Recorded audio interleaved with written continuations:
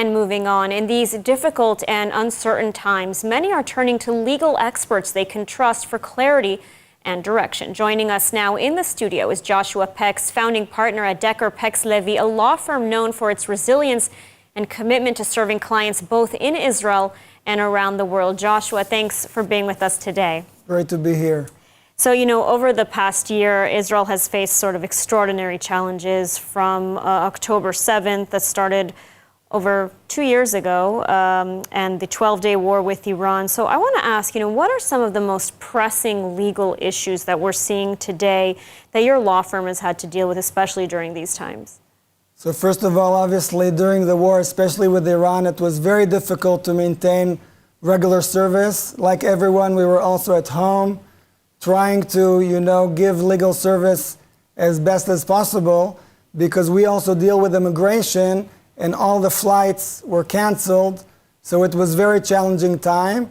But I really admire our team, our staff, working from home, working from the bomb shelters. I think the corona sort of prepared us for working virtually, so we succeeded somehow to keep giving services as much as possible. Especially getting back to work was amazing, because the war started off by surprise, but then it seemed like almost from one day to the next, oh, now you're in the office. But everyone showed up, mothers with small children, back to work.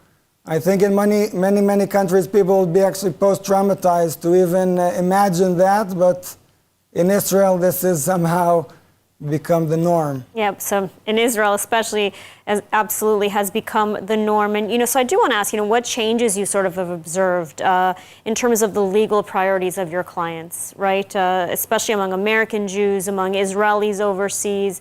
Have you seen sort of new needs arise from a legal perspective? So I think in the last few years, especially in terms of immigration, we see stricter borders. Many countries, immigration is being more difficult.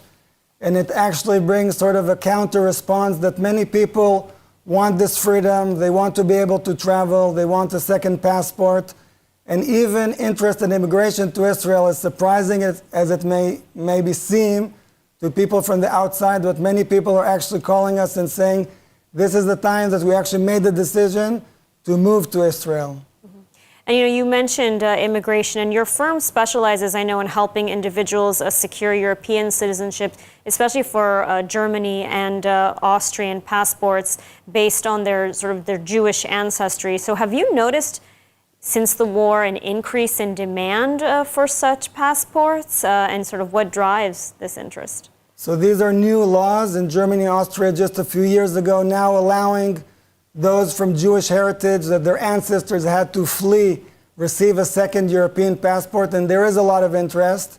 First of all, Israelis always want a second passport to be able to travel, to have other countries open for them, but also from American Jews, actually, sad to say, but anti-Semitism in a way leads many of our clients to want more opportunities, to want a second European passport.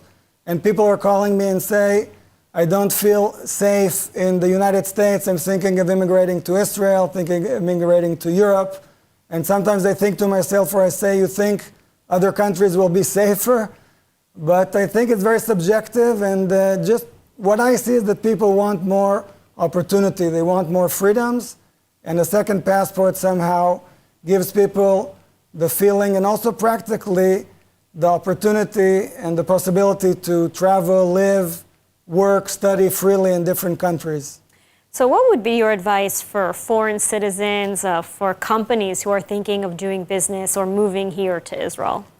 So many times people contact us or they call us and they have all these plans and they say, we want to come to Israel to start a business.